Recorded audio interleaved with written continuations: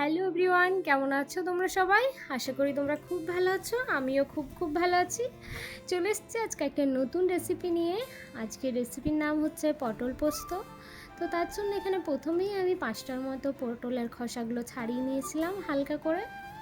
তারপর পটলের গায়ে কাট লাগিয়ে নিয়েছিলাম যাতে ভাজার সময় পটলের গায়ে তেলটা যায়। তো এদিকে পটল কাটা হয়ে গেছে। তারপর কেটে নিয়েছিলাম একটা মিডিয়াম সাইজের টমেটোটাকে আমি ছোটো ছোটো করে কেটেছিলাম। তারপর এদিকে একটা চলো পেস্ট রেডি করে নিই।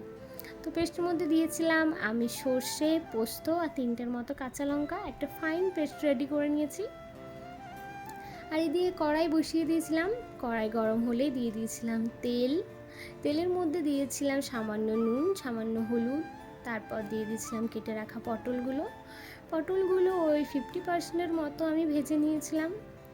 তারপর আবার কড়াইয়ে দিয়ে দিয়েছি তেল, সামান্য কালো জিরে। তারপর কেটে রাখা টমেটোগুলো দিয়ে দিয়েছি। টমেটোগুলো একটু নাড়াচাড়া করে দিয়ে দিয়েছিলাম স্বাদ অনুযায়ী নুন, হলুদ আর কাশ্মীরি লঙ্কার গুঁড়ো যাতে কালারটা সুন্দর আসে।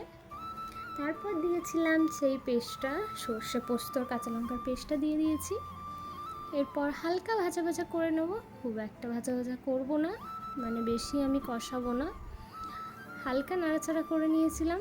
তারপর দিয়ে দিয়েছিলাম চিনি দিয়েছিলাম সামান্য, যাতে একটু মিষ্টি মিষ্টি লাগে। তারপর দিয়ে দিয়েছিলাম কাঁচা লঙ্কা 5-6টার মতো। এরপর পটলগুলো দিয়ে আমি ঢাকা দিয়ে দেবো।